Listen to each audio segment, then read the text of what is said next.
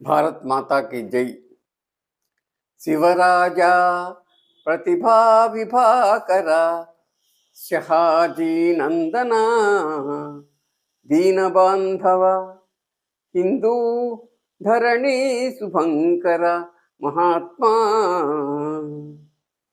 అంటూ మహాకవి గుర్రం జాషువా గారు ఛత్రపతి శివాజీని ప్రస్తుతించాడు.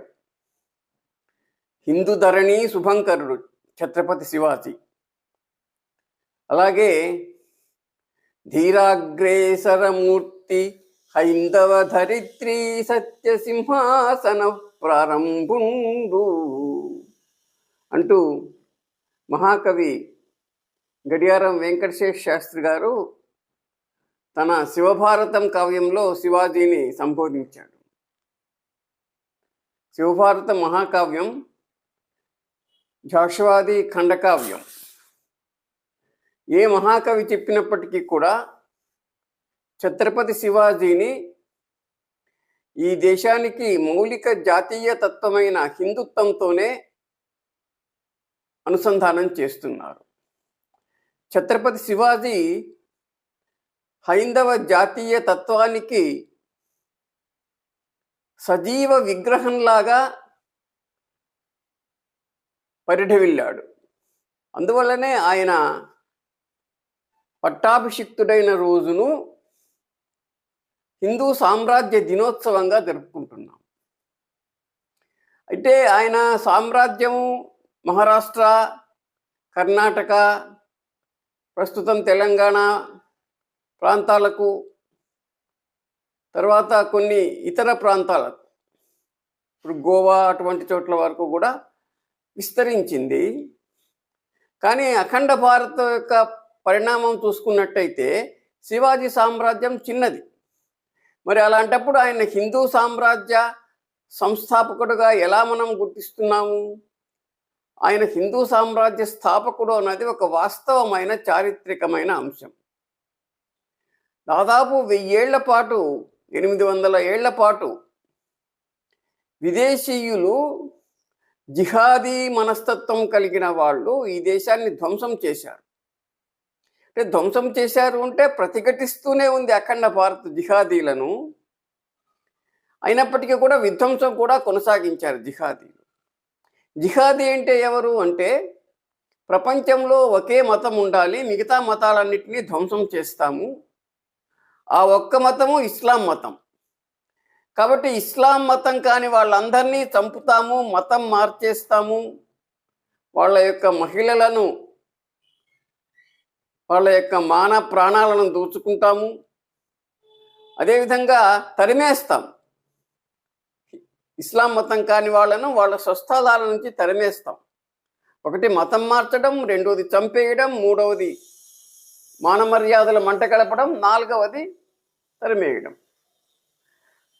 ఈ విధంగా మతం మార్చడము, చంపేయడము, మాన మర్యాదలను మంట కలపడము, తరిమేయడం ద్వారా ప్రపంచం మొత్తం మీద ఏ ఇస్లామేతర మతం కూడా ఉండకూడదు అని చెప్పేవాళ్ళు జిహాదీలు.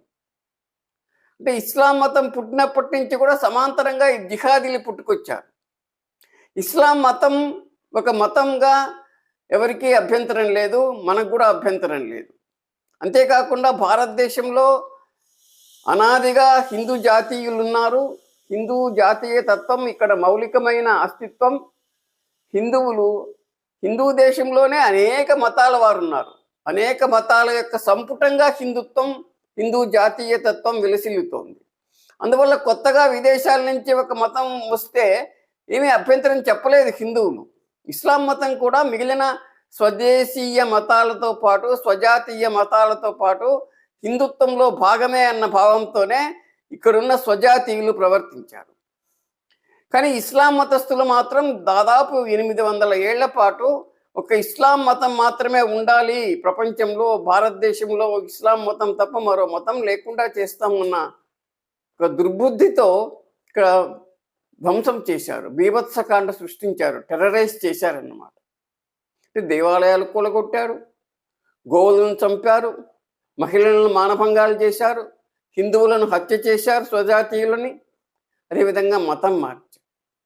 కాబట్టి ఇంత బీభత్సకాండ జరుపుతున్న వాళ్ళు ఇక్కడ పాలకులుగా చలామణి అయ్యారు. అది ఒక దౌర్భాగ్యం, అదొక వైపరీత్యం. అలాంటి పాలకులు చలామణి అవుతున్న సమయంలో ఛత్రపతి శివాజీ హిందుత్వాన్ని పునరుద్ధరించడానికి కంకణం కట్టుకున్నాడు. అంటే హిందూ జాతీయ తత్వానికి అనుగుణంగా పరిపాలనను అందివ్వడానికి ఆయన ప్రయత్నించాడు. అందువల్లనే మిగతా చోట్ల ఇస్లాం పరిపాలకులు ఉన్న చోట జిహాదీ ప్రవృత్తితో వాళ్ళు ప్రవర్తిస్తున్నప్పటికీ కూడా శివాజీ మాత్రం హిందూ సంస్కారాలకు అనుగుణంగా అన్ని మతాల వారికి సమానమైన ఆదరణ కల్పించారు. శివాజీ సైన్యంలో ఇస్లాం మతస్థులు ఉన్నారు, శివాజీ అంగరక్షకుల్లో కూడా ఇస్లాం మతస్థులు ఉన్నారు. కానీ శివాజీ ఎవరిని వ్యతిరేకించారు? ఇస్లాం మతస్థులను శివాజీ వ్యతిరేకించలేదు. కేవలం జిహాదీలను మాత్రమే శిక్షించాడు, అణిచివేశాడు. కాబట్టి హైందవ సంస్కారాలను పునరుద్ధరించాడు. కాబట్టి అది హిందూ సామ్రాజ్యమైంది. అనాదిగా ఉన్న హిందూ సామ్రాజ్యానికి ఇస్లాం మతస్థుల వల్ల భంగం ఏర్పడింది. ఇస్లాం మతస్థులు అంటే ఇస్లాం జిహాదీల వల్ల. కాబట్టి ఆ భంగం ఏర్పడి ఉన్న సమయంలో చీకటిలో ఒక వెలుగు కిరణం లాగా ఛత్రపతి శివాజీ మళ్ళీ హైందవీయ సంస్కారాలను పునరుద్ధరించాడు. హైందవీయ సంస్కారంలోని మౌలిక తత్వం ఏమిటి? అన్ని మతాలను సమానంగా ఆదరించడం. అందువల్ల హిందువులు ఎక్కడెక్కడ పరిపాలిస్తున్నారో, ఎక్కడెక్కడ హిందువులు అధిక సంఖ్యలో ఉన్నారో అక్కడ ఇస్లాం మతంతో సహా అన్ని మతాల వారు హాయిగా ఉన్నారు. కానీ ఇస్లాం పరిపాలకులు ఉన్న చోట జిహాదీ ప్రవృత్తితో వాళ్ళు స్వజాతీయ మతస్థులను అణిచివేశారు, స్వజాతీయమైన సాంస్కృతిక కేంద్రాలను ధ్వంసం చేశారు. కాబట్టి ఇది తేడా హిందుత్వానికి విదేశాల నుంచి వచ్చిన మతాలకు మధ్య ఉన్న తేడా ఇది. కాబట్టి హిందుత్వ సంస్కారాలను పునరుద్ధరించాడు. కాబట్టి ఛత్రపతి శివాజీ హిందూ సామ్రాజ్య స్థాపకుడయ్యాడు. అంటే అంతవరకు ఇస్లాం జిహాదీలే పరిపాలిస్తున్న కాలంలో ఖిల్జీలు, తుగ్లక్లు, మొఘలులు, బిజాపూర్ వాళ్ళు వీళ్ళంతా పరిపాలిస్తున్న సమయంలో పాలకులుగా జిహాదీలు చలామణి అవుతున్న సమయంలో నిజమైన పరిపాలకుడుగా, అంటే క్షతాత్ త్రాయతే ఇది క్షత్రియ, అంటే గాయాన్ని నుంచి కాపాడేవాడు క్షత్రియుడు అన్న హైందవీయ సంస్కారాన్ని పునరుద్ధరించిన వాడు ఛత్రపతి శివాజీ. జిహాదీలు ఏం చేశారు? క్షతికారులు అయ్యారు, గాయం కలిగించారు. వాళ్ళు గాయాన్ని నుంచి రక్షించలేదు ప్రజల్ని, గాయపరిచారు ప్రజలని. కాబట్టి ఛత్రపతి శివాజీ హిందూ సామ్రాజ్య స్థాపకుడయ్యాడు. రెండవ విషయం, ఛత్రపతి శివాజీ ప్రారంభించిన సామ్రాజ్యం ఏదైతే ఉందో హిందూ సామ్రాజ్యం, అది ఛత్రపతి శివాజీ తరువాత కూడా దాదాపు 50 ఏళ్ల పాటు నిరంతరం విస్తరించి దక్షిణాన కావేరీ తీరం వరకు హిందూ సామ్రాజ్యం ఏర్పడింది.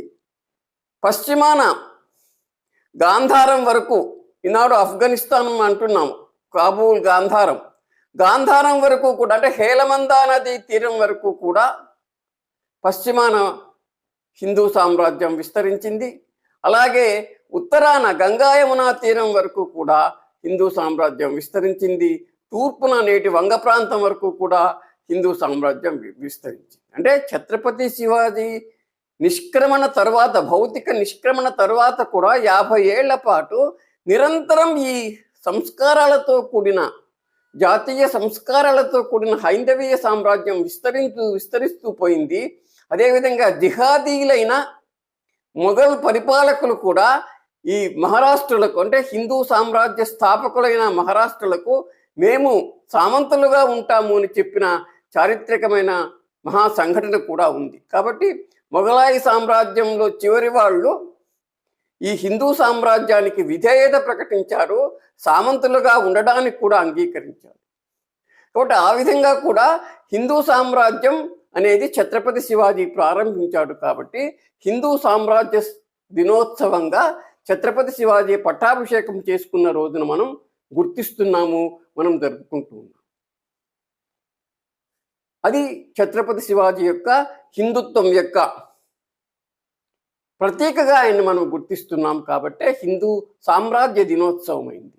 ధీరాగ్రేసరమూర్తి హైందవ ధరిత్రి సత్య సింహాసన ప్రారంభుండు దయాగుణాంబుధి మహారాష్ట్రాన్వయ దత్తం సుడౌ వీరక్షత్రియ మౌళి భవ్య భరతోర్వీ ధర్మ రక్షార్పిత శ్రీరమ్యుండు భవాని భక్తుడు శివాజీరాజు సామాన్యుడే. భారత్ మాతాకి జై.